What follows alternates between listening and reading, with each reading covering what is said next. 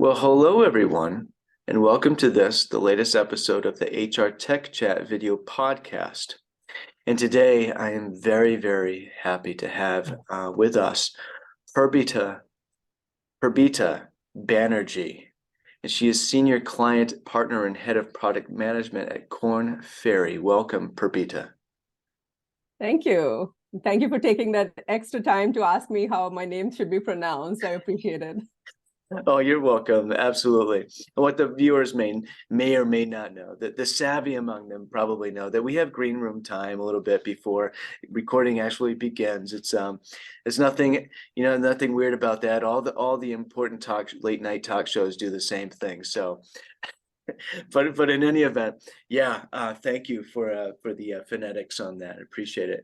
And today we're going to talk about advanced technology and artificial intelligence for HCM, talent acquisition, these sorts of things.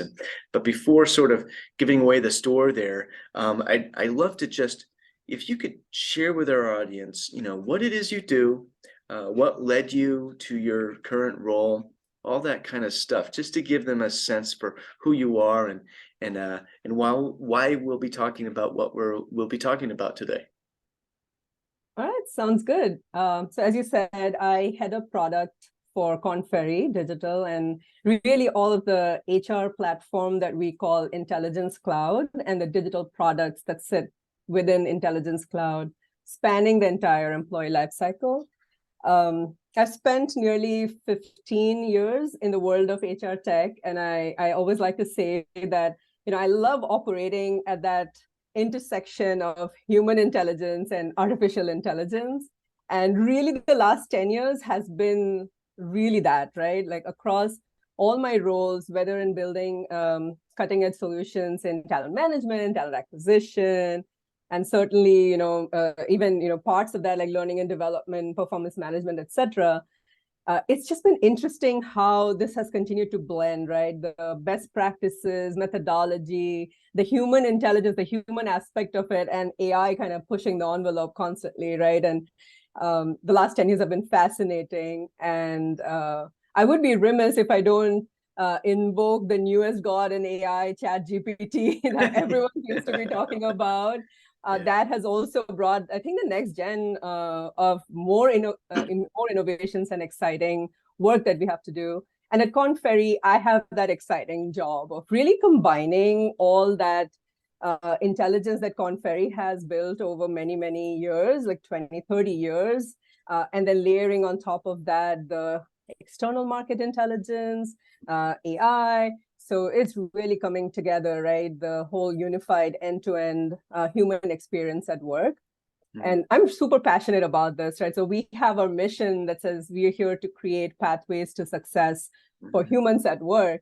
And I absolutely love that. I live and breathe it. And I think for me personally, based on my experience, Korn Ferry was a great place to land because Korn Ferry may be unique, if not rare, that it is one of the only companies that not only solves problems through tech, but then really follows it up by, via change management, putting in this great set of consultants to drive to real business outcomes and make sure that the investments that our clients are making really get to the point of ROI. And that's wonderful. I think I'm super excited about being part of that story. Oh yeah. And that's a great story. and I share your passion absolutely around, the future of work. I like to talk about the near future of work and the distant future of work, and the sort of the science fiction of work as well, and I think we're seeing a little bit more of the science fiction of work come true than I think we were necessarily bargaining for sooner than we thought. And so I'm so glad you brought up GPT. There's a lot of interesting stuff going around there. I'm old enough to remember when Korn Ferry was known mostly for executive recruiting, and you guys have, that organization has really expanded and spread its wings, and has been really exciting to watch. And I know we want to kind of you talked about it blending, and I think that's such an important point. Um, my colleague Jennifer Dole, who heads up talent management, the talent management practice here at 360 Insights, she and I, we did an internal podcast. Well, every for the outside world, but between the two of us, we titled it "Talent Management. It Will Blend," and it was a bit of a play on that. Some people might recall that guy who went viral a few years ago on YouTube. He said, "Will it blend?" He put all these weird things in a blender, and surprising, a lot of things blended. Like I think he might have done. Oh, I just think maybe a battery or something, which maybe might not be the greatest idea. But anyways, the craziest thing, then they would blend. And so against that backdrop, talent management is blending. And a lot of it is due to this advanced technology, AI, and other things, where you don't have the discrete silos that we had of the past necessarily. You don't have to think about talent management in that way as much anymore, and that's a good thing. Where do you think AI and other advanced technologies are most affecting talent management and talent acquisition? So maybe a couple of thoughts before getting into it. You mentioned, the whole science fiction aspect to this, and I think that every day, the amount of time I spend in separating fact from fiction, it's really, really interesting. There's everybody jumping on the AI bandwagon, and there's these waves of things that happen. And we sit back and think, okay, the problem that we have to solve for clients and what problems that clients are solving for aren't changing. You get different mousetraps, you get different tools in your toolkit, right? But let's be clear about not changing our focus from the biggest problems that our clients want us to solve. So that's like I think every day I remind myself to be laser focused on that. Mm. So, and of course, this whole notion of talent management blending with talent acquisition is a big thing. So there are so many layers to this. So we can maybe start talking about how this blend has happened over the years, and then talk about how AI has really accelerated that and where it's added value. I love that idea. Yeah, yeah. Like, how did we get where we are? Yeah. So, and there's been a lot written on this, and this is sort of my take, if you wish, and also looking at how not, so there's been the HR tech's angle of it, where technology providers are, constantly coming out with new bells and whistles, sure, but then the adoption piece within organizations, right? And it's been interesting to watch that. And I would say that, two big phases over the last 10 years that I've been observing, right? One is that whole big focus on that integrated talent management system, that one source of data where you can have, all the different talent practices are still sort of siloed, but then you have all the data rolling up in one place, so that you can at least do analytics on it. And there was this emergence of talent analytics. Every organization invested in, having a talent analytics team or workforce planning and analytics team that can look at all the data sitting there. And most companies, I would say, have either already invested in and has gotten the benefits from it, and or are investing in it now, right? So this is kind of the late majority phase in the innovation maturity curve, if you will, that more than 75% of organizations are there, and they are reaping the value of having,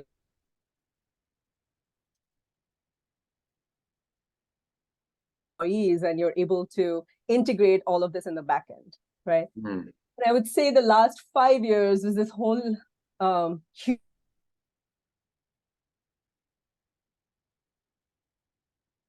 and this whole like employee centricity of ensuring that whatever we're doing, we're engaging with the employees, and that it brings them value. This whole notion of just like we serve customers, HR should be serving employees. And so there was great innovation on better UI, like user experience, and just better workflows for employees.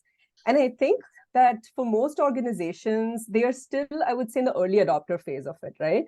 there was a lot of acceleration. Lots happened across the whole, like the 3 years of pandemic, post-pandemic time, right?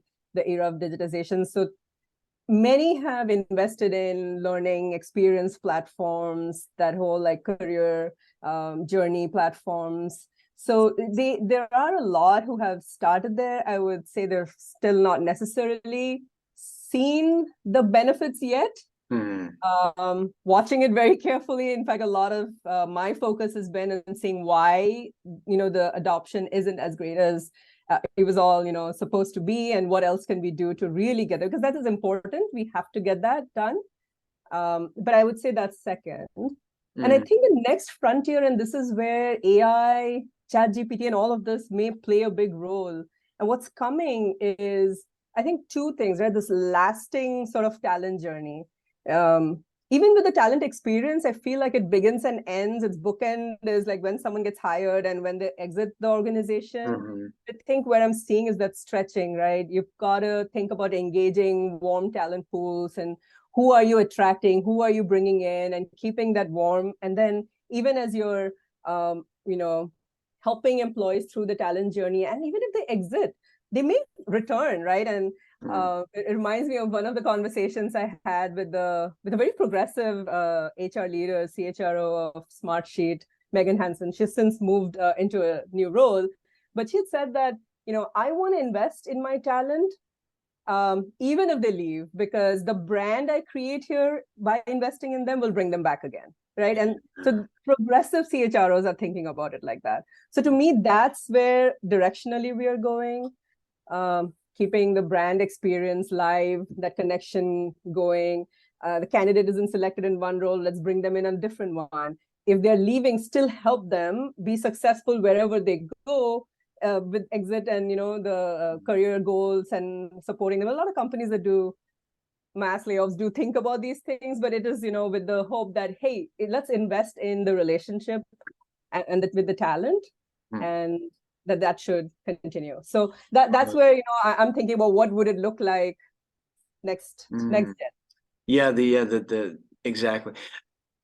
You've touched on so many points. One that you made me think of is just this sort of, with that attitude of the relationship of an employer looking at it as a relationship with the employee, as opposed to the employee being an asset, or just there's some word between asset and pawn in the middle there that I can't think of at the moment. But, really understanding that implicit in that is that, hey, when you left us, whether we had to lay you off because of business conditions or because you left, there's no psychological splitting there, right? We're not looking at you as all bad or all good, right? And so we understand that you're somebody who's going to come back, or that we understand, we have enough self-awareness and enough ability as an organization to look inward and understand that we may well need somebody again who has left for any reason, whether it's because of us, whether we precipitated it or they did it of their own volition. And that's a really important point. One other thing that you brought up that really parlays or dovetails with something that I've been seeing a lot is just that, and I like to say, and this is just really kind of a play on words, but I like to say the employee experience begins before the employee is even an employee, right? And of course, that's what the term talent experience is for. So, but at the same time, we have this term employee experience that is really taken over, and you haven't seen the same sort of preponderance of proliferation of the term talent experience, although it's definitely a term of art in our industry. But that's really interesting too. And you mentioned sort of the two phases that have kind of that have led us to where we are, and one being sort of being able to harness and marshal all that data from talent management into one place to produce actionable or useful analytics. And that I definitely recall that phase. I lived through it from the outside looking in. But also the other piece of it is really thinking through employee workflows to accommodate the way people work, so that talent management could be most well matched to how people work, right? So they can reflect the talent experience in that way. And I wondered if maybe that was do you think that was the genesis or of the idea that is now everywhere of the employee experience? That may have been the genesis, but I think the real accelerant came when the whole like digital workplace started, right? 3 years ago, or is it 3 years ago? Yeah. So what happened was all employees suddenly felt like they didn't have an anchor. They weren't going into the office, so they weren't really meeting people, and they were all in the digital world. And organizations had to instantly think about, well, how am I going to engage people when I don't see them every day? And what are they looking for? And at the same time, I think there was also this whole like entry of the Gen Z workforce. I think both of these really changed employee expectations from employers and employer expectations of employees, right? Being with an organization is no longer that sticky. People keep moving around, which is the whole notion of they may move around and potentially come back, right? Maybe as a leader one day, maybe as a different role. So this whole concept of an alumni of an organization, I think, is a powerful one, that you've invested in someone so much. Don't think about how you might at some point and in a different way, in a different world, they can come together. The other thing was the B2C world, right? Employee expectations from being on all of the social media platforms and everything else that they're doing and learning elsewhere. What they expect out of the enterprise has changed completely. And there was a lot of this notion around, we need to be more B2C focused, and, we need to design with the employee in mind. And so that happened quite a bit over the last 5 years too, I would say. And where we're sitting on right now, and something that I feel has to get reconciled, is this convergence of the B2B world and the B2C world, right? And I'm seeing that a little bit on the learning side already, right? Think of some of the big players like Udacity, Udemy, others, right? They've got this whole like learning marketplace where employees or anyone really can go in and learn. They also have their enterprise offerings, right? But imagine an employee working at an organization and they invest a bunch of their time in learning, learning new skills, getting assessed, getting feedback, getting new experiences, and then they leave and go to another organization. What happens to all of their history? So if you really want to make it employee centric, wouldn't you carry their profile and their achievements, accomplishments into the next role, right? And we have to solve the who pays for it part of it, sure, right, as a business model, and what happens right next, and there's privacy and everything. But that is a problem. Like when you've invested, the organization has invested and the employee has invested in that time, effort to get upskilled. Employees would want to carry, right? So there's been this notion like of a digital wallet or like a digital suitcase. Yeah.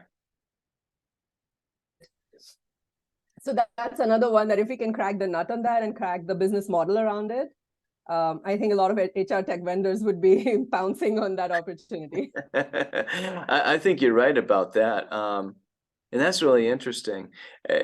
This might be a good segue into I know we want to talk about how learning and the content for it fit into the equation now that talent acquisition and talent management are kind of really, there's no clearly defined sort of beyond crossing the Rubicon of officially being an employee of the company versus a candidate, right? Beyond that, there's a real sort of blending of stuff that's, that sort of a mixing and combination of things that's happening, a blurring of the lines. How do learning and the content for it kind of fit into that equation in terms of, So, I think to answer that, let's talk about how talent management and talent acquisition blending has been happening, right? And there are two aspects to this answer. There is the technology aspect of this answer and the employee candidate focused aspect of this. And then what's happening with the HR function itself. Right? Like we can solve for that, having a common data source, having everything to be in a source of truth, one single platform, the continuing employee experience and everything. But you really can't solve for the way HR teams are structured unless HR organizations restructure themselves. So what I'm finding is, I think technology is way ahead in wanting to break down the silos, right? And I think organizations and the seniors in organizations probably want to break down the silos. But if you really look into the roles and responsibilities, it feels like, and like an assembly line, right? There's specialists doing the same thing over and over again because they're really great at it, versus really walking alongside an employee throughout the employee life cycle, right? So you have a lot of specialists who see one aspect of the process still sort of in a silo, because also the KPIs are still not necessarily aligned, right? So the person that has to fill a role, their KPIs are about getting that role filled. Yeah. And sure, you may talk about quality of hire and all that, but there is always the, in 1 month, 2 months, someone says, yes, I'm satisfied with this new hire. And, you say great quality of hire, versus somebody who's an L&D specialist, right? Or someone in talent management, right? How are their KPIs being measured? So, and I feel like a lot of the time, the engagement, attrition, or whatever falls into the manager bucket, right? When they're managing the employee, not necessarily, not necessarily at those specialists. So you still have this assembly line where they're handing off, the employee from one bucket to the next, and they're all trying to solve for their area. And unless that looks different, like that's not a human-centric design. Like if you're going to do technology and process in a human-centric design, you also have to structure the team in a human-centric design. And when that happens, you can really break down the silos and truly blend. And no longer pie in the sky philosophy here, because honestly, with ChatGPT, I see ChatGPT could be, the specialist over the shoulder, right? You can get ChatGPT to do a lot of the tasks around, let's say, targeted sourcing, personalized messaging, campaigns. There's so many places in which you can leverage ChatGPT that you don't have to be an expert sourcer necessarily to be able to do sourcing and hiring. Neither do you have to be, an L&D specialist to be able to truly, analyze the data and be able to say, well, what should employees be focused on? What skills are trending? What do they need to do, etc. So perhaps there is a utopian world where you have more of that, like HR generalists that are working on making employees successful, and they have a group of employees that they are working with, like the HR business partner kind of model. And they really do manage end to end. There still may be some specialists sitting behind the scenes in certain areas, maybe in analytics or workforce planning, or maybe there are certain parts, but largely that you can really truly break the silos, have consistent KPIs for what the business cares about, and organize that way. Oh, yeah, that's really really interesting. This idea that it hadn't occurred to me. So thank you. This sort of this legacy team, or this legacy HR organizational framework that's sort of lagging, I think is what I'm hearing you say. You have, benefits administration specialists, you have payroll specialists or administrators, you have, depending on the size of the organization, someone whose charter is talent management, VP of talent management. And why don't we should be moving toward, I'm sort of reiterating what you said, or sort of paraphrasing, let's move toward a model where we have just people specialists, right? And I'm thinking through, what would that look like? Well, maybe there's a golden ratio for HR people to employee full headcount. Each HR person as a people specialist is assigned a certain percentage of the employee population, or a certain demographic of the employee population, and it's soup to nuts. It's every talent acquisition all the way through to payroll and separation even, right? And that to me is super interesting. there are some really interesting sort of progressive minded um, employers out there. One of them is actually a vendor in the space, Unit 4. And we actually just recorded an episode of the podcast with their CEO, Mike Etling. It's going to be going live later this week. And we talked about when he went in there, and he was at Northgate Arinzo way back, and he's been at SAP Success Factors, leading that I think it was just before he joined Unit 4. But anyways, point being is he's a very sort of you know future thinking sort of fellow, and he renamed the HR department the People Success Department. Love it. Love it. Right? Like, the customer, you had account managers, you had hunters, farmers, right? And then there was the client success that emerged. And, it's a similar analogy. Why not? Why not have a people success? I love it too. Go ahead. And here's the thing, right? It's not so new. Like, there are like small, medium-sized companies have that as their HR team. You don't have all the specialists who are, working on all the different departments, right? It's only when organizations become larger that they have that kind of a set up. And honestly, through AI and Chat GPT, you can have a similar model as a small and medium-sized HR department might have, and be able to do it that way. Yeah, absolutely. And it also shifts the mindset. There's sort of a demarcation, I think, really in the HR, in the practice of HR, where there's you have your operational HR, and then you have your strategic HR. We here at 360 Insights, we call it concrete and abstract HCM or HR, whichever. I know those aren't interchangeable, those two terms, but it's lots of overlap. But it's the stuff that's easily quantifiable in terms of labor expended. It fits into an accounting spreadsheet very easily. But then you have that strategic or abstract stuff, which has to do with the employee experience, employee engagement, employee sentiment, employer brand, and culture. And that's all stuff that doesn't necessarily translate to an actual number, because you can't actually, it's a different number for everybody. But the assumption that's really important, the really important postulate to accept, is that it's always going to, the better those things are, it's whatever the number will be, it will be greater than zero.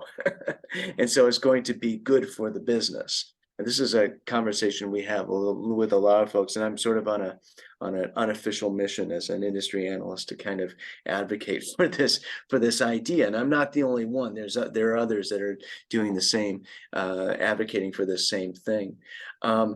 Yeah, so it's really, really interesting. Oh, I lost it. There was something on that you said a few minutes ago that was related to this, or there was another point that you made, and maybe we'll get back to it. Maybe it'll come back to me. This is really, really interesting. Just in terms of, let's play devil's advocate for a minute here. Is there anything about these two domains of HCM, talent management and talent acquisition, that should continue to remain separate, or that aren't, but you wish would? I really don't. I feel like there are, as I said, that there are the siloed operations, but I do wish that they do combine. So I think it's more of I don't believe that they should be separate. The only thing that I feel really, deserves specialists is, those folks that actually look at it end to end, like strategic HR or talent analytics folks or workforce planning, that sure, you can have them do their work by, they're really focused on gathering data, that they are not necessarily the ones managing the people experience.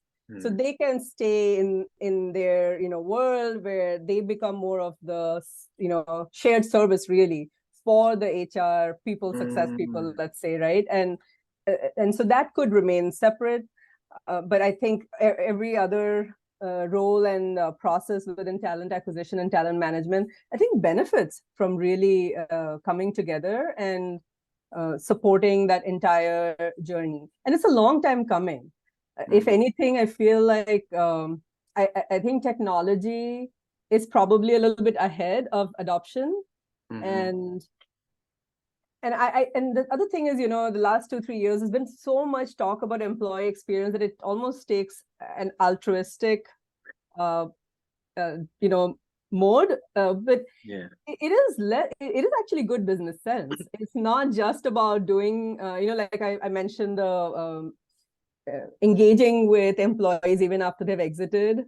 That Mm-hmm. is a good business move. It is, you've invested in this person, you've gotten them aligned to your culture, they have spent time in your organization and contributed. Why wouldn't you invest in them a little bit longer and see if they might be willing, after gathering other experiences and skills, come back and add more value to your organization? So I think each of these things actually have a good business case around it.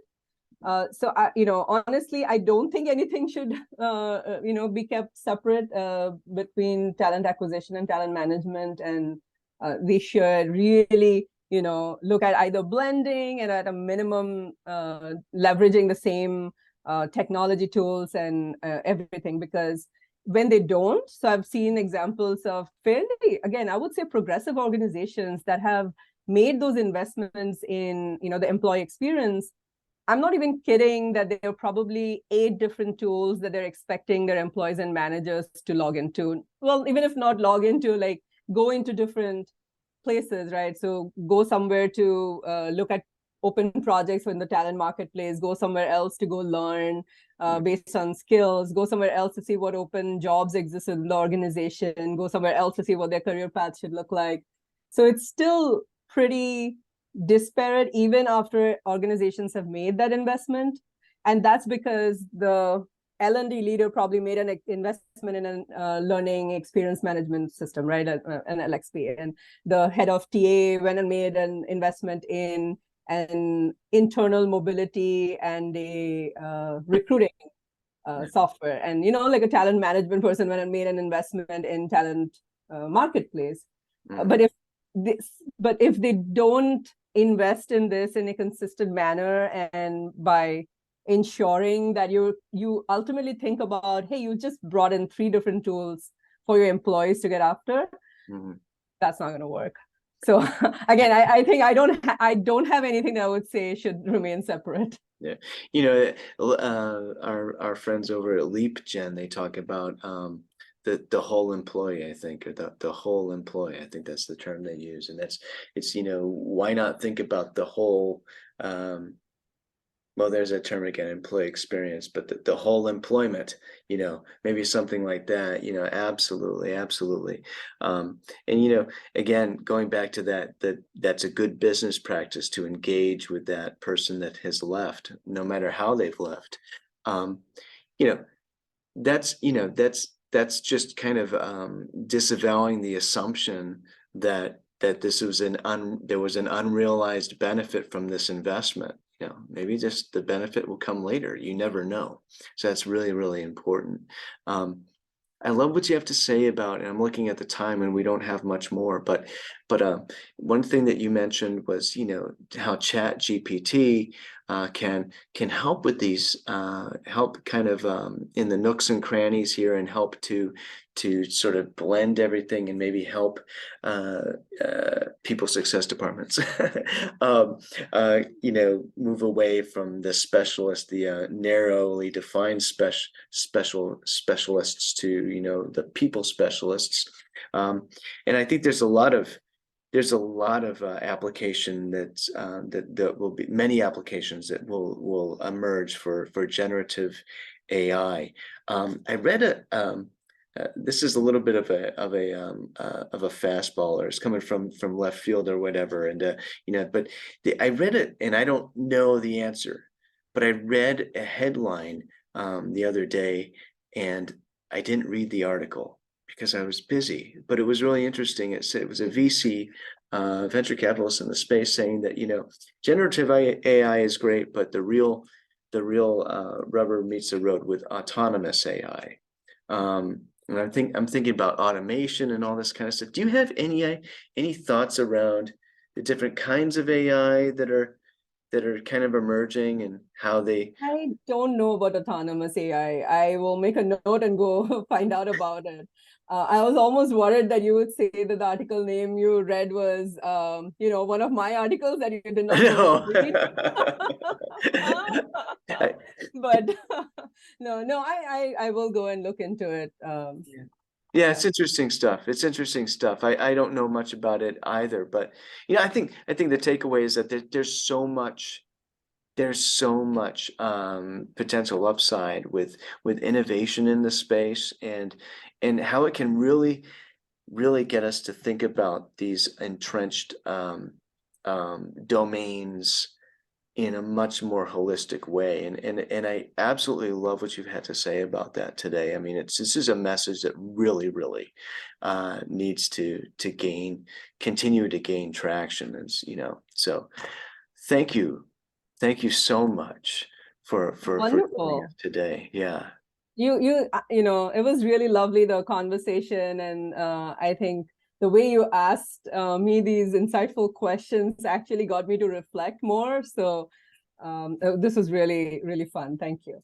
Well, thank you. I'll take that as high praise. Really appreciate It it. is. Well, yeah, I really admire your work. So thank you so much for joining us today. Glad to be here. Thank you.